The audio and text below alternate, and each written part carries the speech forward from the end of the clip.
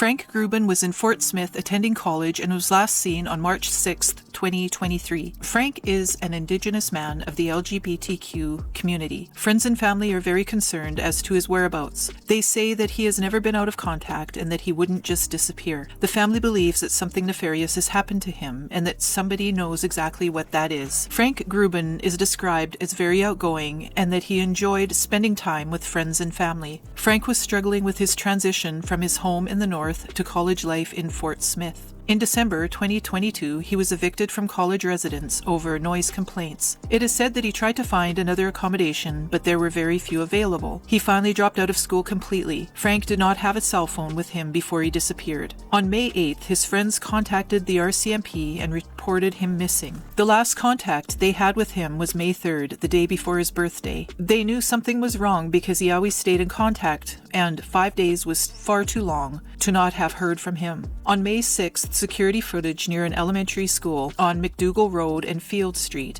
picked up two individuals, and one is believed to be Frank. This is the last time he was seen. Frank's friends began their search by reaching out to community members. The community rallied together in a search with quads and walking side by side through bush and by riverbanks, throughout yards, and covered the entire community, and nothing turned up. The searchers believe that the RCMP were not involved like they should have been. 3 weeks after Frank's disappearance, the RCMP released a statement conveying that there was no evidence of foul play. The lack of missing persons legislation in the Northwest Territories prevents police from accessing cell phone records and other personal information that might help in the search. The Northwest Territories RCMP say they have a total of 80 missing persons files open. Without legislation in place, they can't access health records, financial information, or phone and internet records. They're limited to putting in humanitarian requests to record holders, and there is no guarantee the record holders will turn over the information. As there is no Missing Persons Act in the Northwest Territories, it is not possible to get judicial authorizations for the records when there is no indication of criminality. The Northwest Territories isn't the only province without a Missing Persons Act. Neither Nunavut nor Yukon have such an act. The Northwest Territories Justice Minister acknowledges that it is a serious piece of legislation